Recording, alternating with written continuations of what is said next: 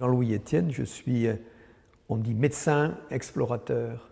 Et mon lien avec le Musée des Arts et Métiers, c'est un lien manuel, technologique. Moi, ma première formation, c'est tourneur-fraiseur. Donc, vous voyez, j'ai appris le travail manuel. Et quand je me déplace dans ces allées, derrière ces vitrines, je vois l'intelligence manuelle, je vois la précision, je vois la persévérance, je vois l'intelligence du dessin technique, parce que c'était fait à la main. Donc j'aime beaucoup le Musée des Arts et Métiers. Comment est-ce qu'on devient explorateur? Et donc je dis, pour être explorateur, il faut un métier. Il faut un métier d'exploration en soi. C'est une équipe, c'est un travail, c'est un objectif.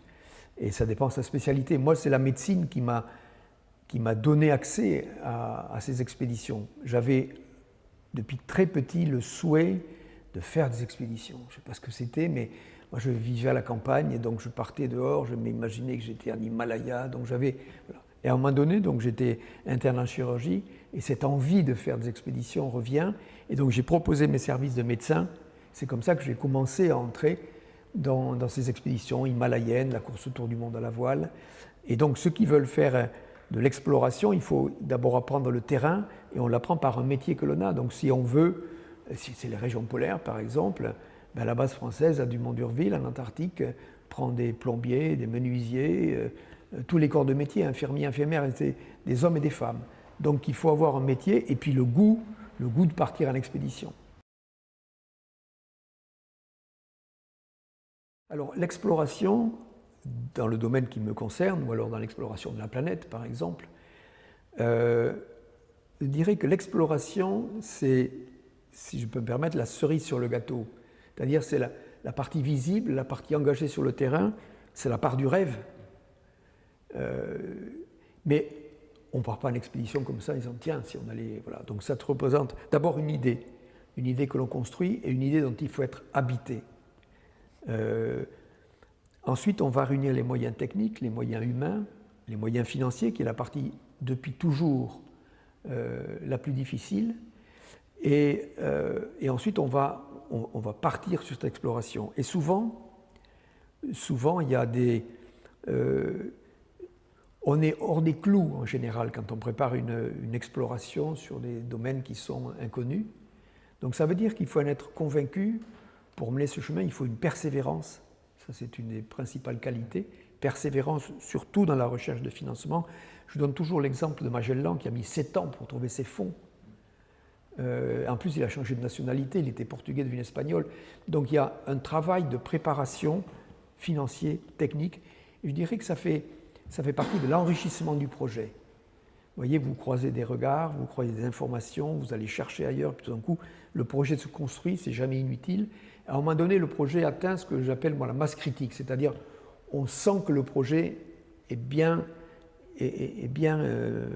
contenu, il est bien maîtrisé, et ensuite, c'est le rêve qui commence, c'est la part d'exploration. Et là, c'est pareil. Là, on ne rencontre pas sur le terrain, même si on l'avait imaginé tous les cas de figure, on doit improviser souvent. On doit improviser, ça veut dire qu'il faut une certaine expérience. Il faut improviser aussi par rapport à la défection d'une équipe.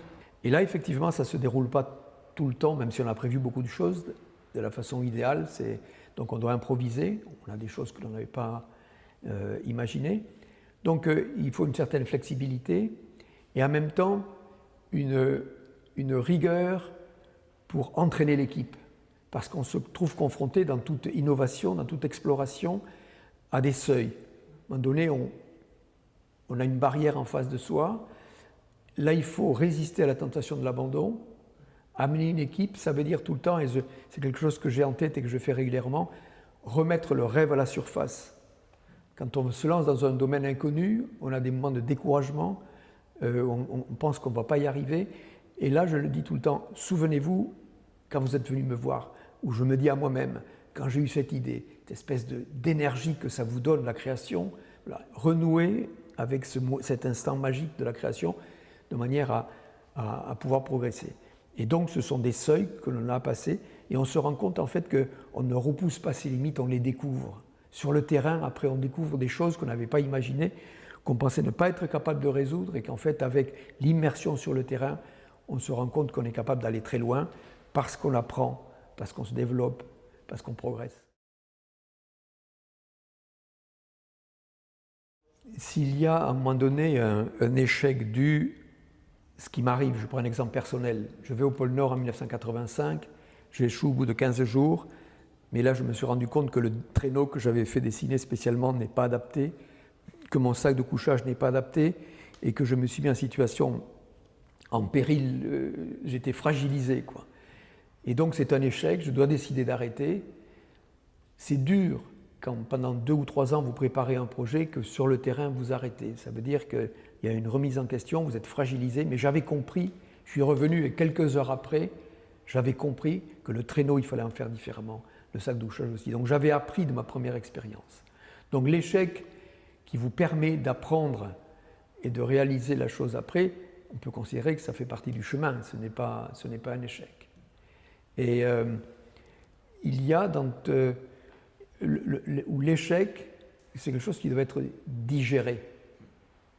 L'échec, c'est quand vous portez un projet et que vous n'avez pas réussi. Je donne un exemple personnel, par exemple. Je projette de faire la traversée du pôle Nord en dirigeable pour mesurer l'épaisseur de la banquise. Le dirigeable était sur le point de partir, tout était prêt. Le dirigeable est détruit dans une tempête dans le sud de la France. Et là, tout d'un coup, il n'y a plus rien. Et donc, pendant un moment, j'ai dû effectivement digérer cet échec, mais j'en ai retenu aujourd'hui que continuer sur la voie de ses rêves, même si le chemin est difficile, il y a des obstacles, il y a des barrières. À un moment donné, on se dit, on a ce sentiment que la vie s'arrête, tellement c'est violent, mais en fait, il faut reprendre son souffle et continuer, quoi. Rester sur le chemin de ses rêves, même s'il est difficile. Alors la vie est un long chemin. Ce qui est important, c'est de rester sur une trajectoire qui vous mobilise, même jeune. Alors après, sur cette trajectoire, il y a des moments où on a le sentiment qu'on n'avance plus, c'est trop compliqué, puis il y a une rencontre. Une rencontre, ça peut être un film, un livre, une personne, des figures emblématiques qui vous donnent envie de faire mieux, quelque chose de mieux de votre vie. Moi, à la montagne, j'avais Lionel Terray, qui était une de mes idoles. Pour les régions polaires, j'en ai eu 2. J'ai eu Nansen en Arctique, j'ai eu Shackleton en Antarctique. Et donc, en relisant surtout la préparation des voyages, parce que c'est là qu'on est fragilisé. C'est compliqué à inventer, à mettre en place un projet, comme dans toute innovation. On est porteur d'une idée, il faut convaincre, il faut trouver les mots justes pour que ceux qui vous jugent ou qui vont vous donner les moyens soient convaincus. Les figures tutélaires, elles sont là pour vous, je dirais, pour vous faire passer les sas, les seuils difficiles, quoi. J'ai navigué avec Tabarly. Tabarly, c'était la compétence dans le silence. Eric disait rien, mais il était indiscutable, parce qu'il avait une compétence, il avait une expérience. Voilà, donc les figures, les personnes, elles comptent pas forcément dans votre domaine, mais pour vous redonner confiance, pour vous replacer sur le chemin.